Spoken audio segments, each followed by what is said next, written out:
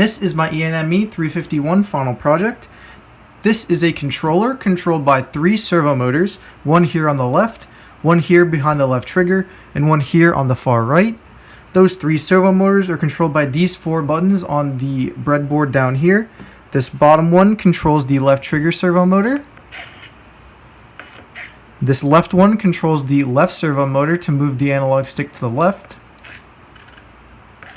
This right one controls the right servo motor to move the analog stick to the right.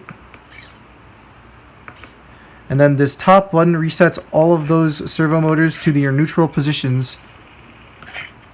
That information is then sent to processing, and you can activate or deactivate both the trigger and the analog stick direction by simply pressing a button twice or by hitting the reset button. The trigger and the analog stick can be activated at the same time. And if you switch the analog stick from left to right, it will deactivate the left servo and then activate the right servo, and vice versa. It will do the opposite. It will deactivate the right servo and then activate the left servo.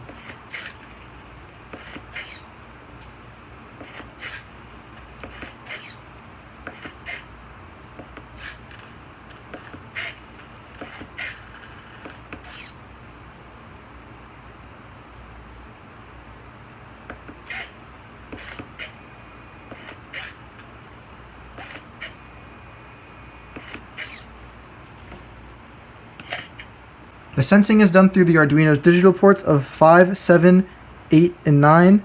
The activation of the servo motors is done through pins 10, 11, and 12. This whole setup is powered through one Arduino. This is my Arduino code and processing code for lab 9. This sets those servos to their default positions before anything can happen. Then you have a bunch of if statements that basically just say which buttons are being hit. If this button is hit, then set this variable to this value. This is the reset button code where it just sets everything back to 0. This sets the analog stick back to the neutral position if the button to move the analog stick is hit twice. This is moving the trigger servo when it's activated or when it's not activated to the correct position. Then if you have the analog stick activated and the trigger activated, these blocks of code decide which servo motors are going and how they're going to be operated. Then I have 2 functions here, one called move servo, which just moves a single servo to a set angle based off of pulse width modulation. Then I have another one for 2 servos specifically, so that way if I have both the trigger servo going and the analog stick servo going, that both can be activated. Then in my processing, I sent all that data through a string, and it is picked up by processing, split into 2 individual things, and then 2 functions are called to draw the analog stick and the trigger.